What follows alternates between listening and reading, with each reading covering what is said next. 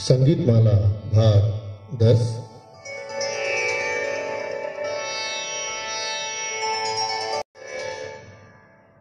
संगीत माला के इस क्रम में आज शास्त्रीय विधा के कुछ शब्दों पर चर्चा करेंगे। संगीत संबंधी परिभाषाएं। किसी विषय के कुछ शब्द जानकारी न होने तक सवाल बने रहते हैं। इन्हें समझने के बाद उसके बारे में जानना आसान हो जाता है। इनके व्यापक अध्ययन के पश्चात परिभाषाएं तय हो जाती हैं। यहाँ पर हम ऐसे ही कुछ शब्दों का परिचय दे रहे हैं ताकि संगीत के प्रारंभिक विद्यार्थियों को, इनके जिज्ञासुओं को, संगीत प्रेमियों को जब ऐसे शब्द सुनने को मिले तो वह इनको आसानी से समझ पाए। और जो लोग नियमित रूप से महफिलों में जमते हैं वह तो इनको जानते ही हैं। आरोह साधारणतया स्वरों के चढ़ते क्रम को आरोह समझना चाहिए। सड़ज से ऊपर निषाद या तार सड़ज की ओर चढ़ते क्रम के स्वरों के गाने या बजाने को आरोह कहते हैं। जैसे सारे गामा पधा नी सा, ऊपर का सारे गामा पधा नी सा, जो हम ऊपर को चढ़त कर रहे हैं ये हमारी आरोह होगी। अवरोह बहुत स्पष्ट सी बात है। स्वरों के उतरते क्रम को अवरोह समझना चाहिए। तार सड़ज या निषाद से नीचे मध्य सप्तक के सड़ज की ओर स्वरों को उतरते क्रम से गाने या बजाने को अवरोह कहते हैं। मध्य ही नहीं, हम अगर मंत्र भी यानी कि उतरते हुए क्रम में जब हम गाते हैं तो वह अवरोह हो जाता है। जैसे सा नी ध प म ग रे सा या प म ग रे सा प म ग रे ग म, ये गए ग म प आरोह है, म ग रे जो नीचे को हम उतर रहे हैं बहुत सीधी सी इसमें हमको दिखाई देता है।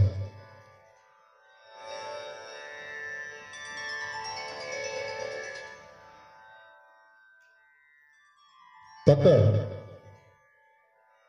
स्वरों का विशेष समुदाय जिसे सुनकर राग की तुरंत पहचान हो जाए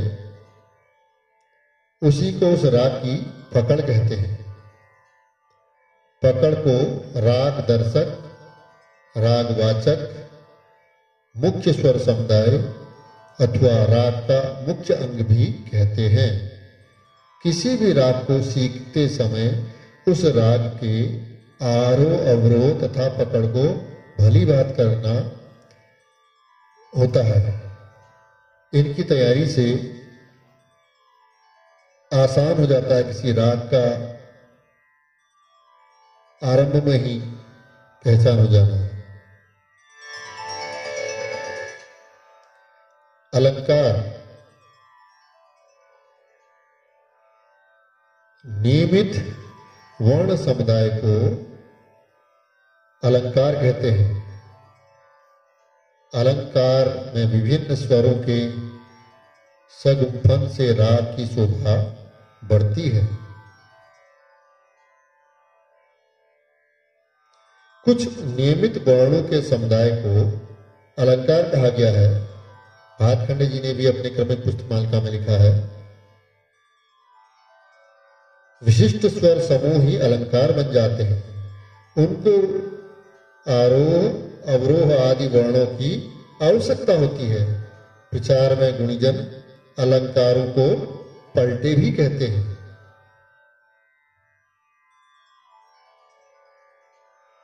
विद्यार्थियों को स्वर ज्ञान होकर राग विस्तार का ज्ञान शीघ्रता से प्राप्त करने के लिए अलंकारों का अभ्यास या पलटू का अभ्यास करवाया जाता है। अलंकारों के नियमित अभ्यास से हमें स्वरों को बनाने में, स्वरों को लगाने में भी आसानी होती है। तान, तान शब्द तन धातु से उत्पन्न हुआ है, जिसका अर्थ तानना है, अर्थात विस्तार करना। स्वरों के द्रुत लय में विस्तार को तान कहते हैं। तानों का मुख्य उद्देश्य गायन वादन की शोभा और विचित्रता बढ़ाना है।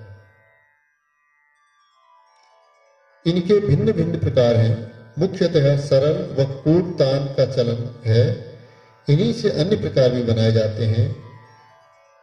जब शुद्ध मूर्छनाओं को साडव और औडव किया जाता है तो वह शुद्ध तान होती है।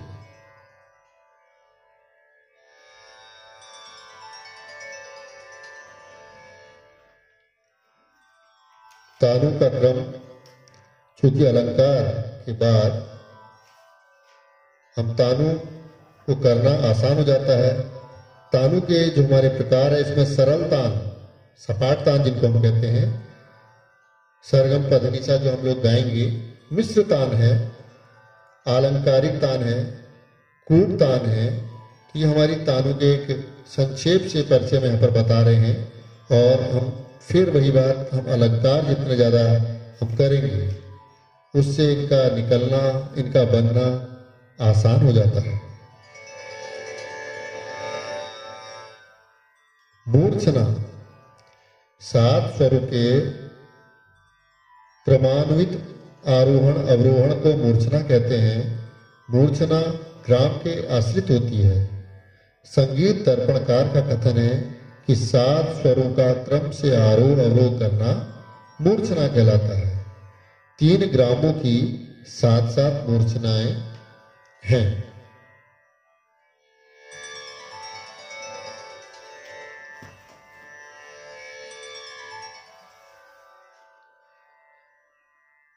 इसके बाद ग्राम पर हम चर्चा करते हैं। ग्राम शब्द समूहवाची है। स्वरों के समुदायों को ग्राम कहा जाता है। ये 3 प्रकार के होते हैं, षड्ज, मध्यम और गांधार।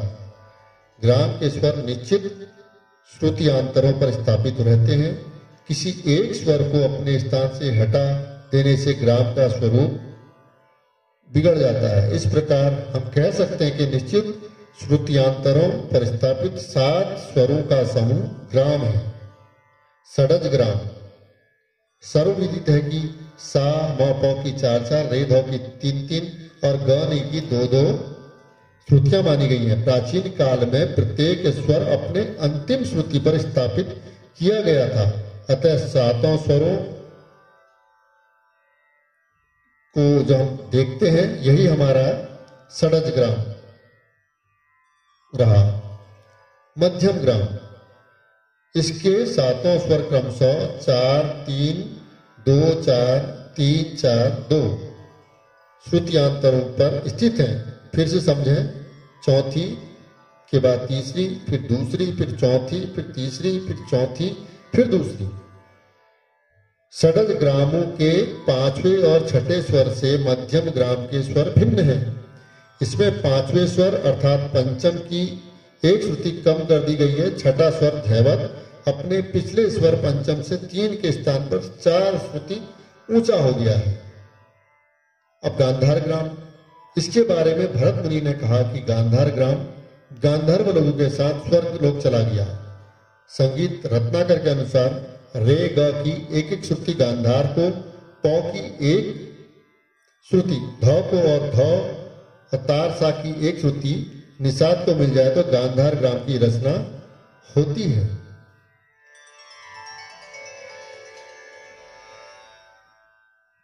अब हम स्वरों के प्रकार में चलते हैं। वादी, संवादी, अनुवादी और विवादी स्वर। स्वरों के 4 प्रकार हैं। वादी स्वर, किसी राग में जो स्वर अन्य स्वरों की अपेक्षा सबसे अधिक महत्व का हो वह वादी कहलाता है। इसे राग का राजा स्वर भी माना जाता है। समवादी स्वर, जो स्वर वादी से कम और अन्य स्वरों से अधिक लगता है उसको समवादी स्वर कहते हैं। इसे मंत्री की संज्ञा दी गई है। बाकी जो शेष स्वर बचे जो चलते हैं राग में उसे अनुवादी कहते हैं। और कुछ स्वर जिनके उस राग पर निश्चित होता है, उनके लगने से विवाद होता है, उन्हें विवादी स्वर कहते हैं। कुछ रागों में या कहीं कहीं पर विवादी स्वर रंजक होके दिखाई देते हैं।